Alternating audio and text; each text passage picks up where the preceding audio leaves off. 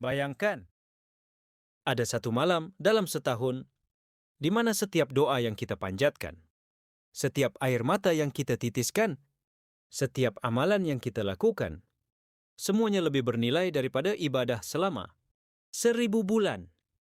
1.000 bulan itu bersamaan 83 tahun. Itulah Lailatul Qadar. Malam yang lebih baik dari seumur hidup kita. Lailatul Qadar nih bukan sekadar malam biasa. Ia disebut secara spesifik dalam Al-Quran dalam surah Al-Qadr yang menerangkan betapa agungnya malam ini. Allah Subhanahu wa Ta'ala sendiri berfirman bahwa pada malam ini para malaikat dan Jibril turun membawa rahmat dan ketenangan hingga terbit fajar. Tapi persoalannya, macam mana kita nak tahu bila malam Lailatul Qadar ni? Menurut hadis, Lailatul Qadar ni rahsia. Tapi Nabi Muhammad SAW bagi kita beberapa petunjuk. Antara tanda-tanda malam Lailatul Qadar adalah malamnya tenang, udara sejuk, dan tidak panas atau terlalu dingin. Langit kelihatan bersih tanpa awan tebal atau ribut.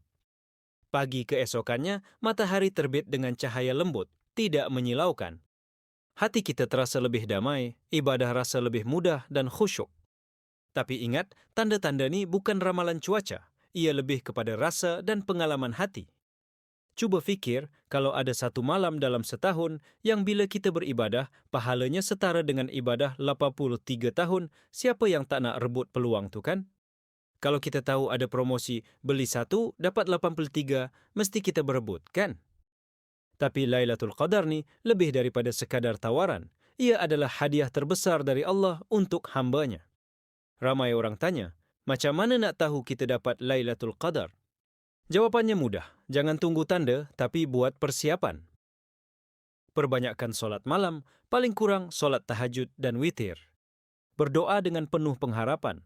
Doa yang paling dianjurkan adalah Allahumma innaka afuwun tuhibbul afwa fa'fu anni.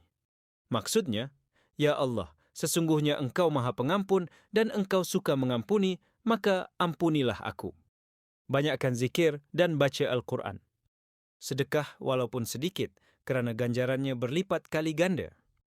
Jaga niat dan hati, bukan sekadar berjaga malam, tapi pastikan hati kita benar-benar ikhlas mencari redha Allah.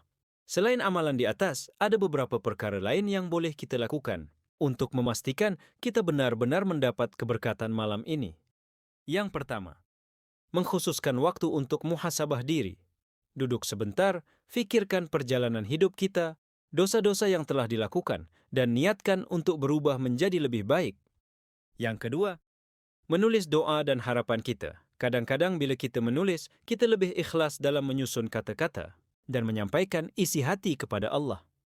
Yang ketiga, mengajak ahli keluarga untuk turut serta. Lailatul Qadar bukan hanya tentang kita seorang. Bimbing anak-anak, pasangan, dan ahli keluarga supaya mereka juga dapat merasai keindahan malam ini. Yang keempat, memaafkan dan meminta maaf. Jangan biarkan hati kita dipenuhi dendam dan sakit hati.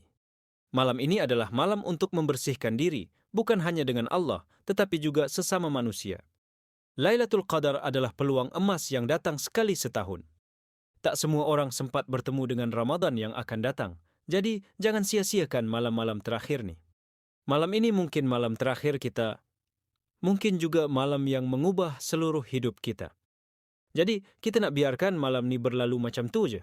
Atau kita nak jadi orang yang terpilih untuk menikmati nikmatnya Lailatul Qadar? Pilihan ada di tangan kita.